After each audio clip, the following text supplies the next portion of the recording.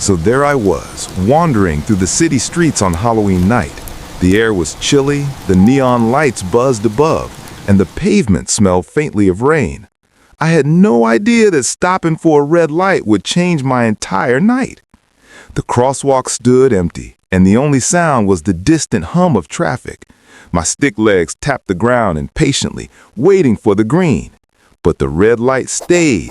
It didn't flicker, it didn't budge, it just glowed like a burning eye staring at me.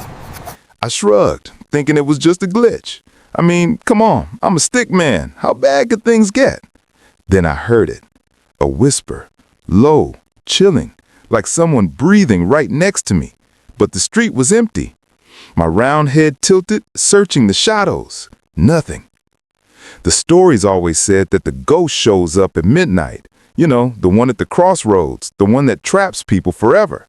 I laughed at myself for even remembering such nonsense. But my stick arms felt heavy, and my round eyes refused to blink. A figure appeared across the street, another stick man, or so I thought. Its limbs bent oddly, like broken twigs. Its head tilted too far, dangling as if it wasn't attached. The glowing red light reflected in its empty eye sockets, and I froze. I wanted to run, but the crosswalk signal mocked me with its stubborn red glow. My stick feet shuffled, but something invisible pinned me down. The ghostly stick man across the way grinned with a mouth that shouldn't exist on the stick face. It stepped forward, one frame at a time, like bad animation stuck on repeat. My heartbeat, if a stick man even has one, hammered in my hollow chest. Every step it took echoed in my skull, though the street stayed silent. I waved nervously, like, "Hey buddy, cool costume," but my voice cracked. The ghost didn't wave back. Instead, its arms stretched, too long, bending past its knee. My stick stomach flipped upside down. The whispers came back, louder this time. They weren't words I knew, more like static mixed with laughter. My stick ears, if I had ears, burned with each syllable. I covered the sides of my head, but the sound drilled straight in. Suddenly, the ghost flickered. One moment, it was across the street. The next, it was right beside me. My jawline dropped so far, it almost fell off. The red light cast shadows over its twisted body, and it leaned close, breathing air that felt like ice shards. "Why aren't you crossing?" it hissed. My knees knocked together, and I wanted to shout, "Because you won't let me!" But my mouth refused to move. My arms dangled, useless, as the ghost's face hovered inches from mine. Then the traffic lights above blinked once. For a split second, the green light shone, and I thought I was free.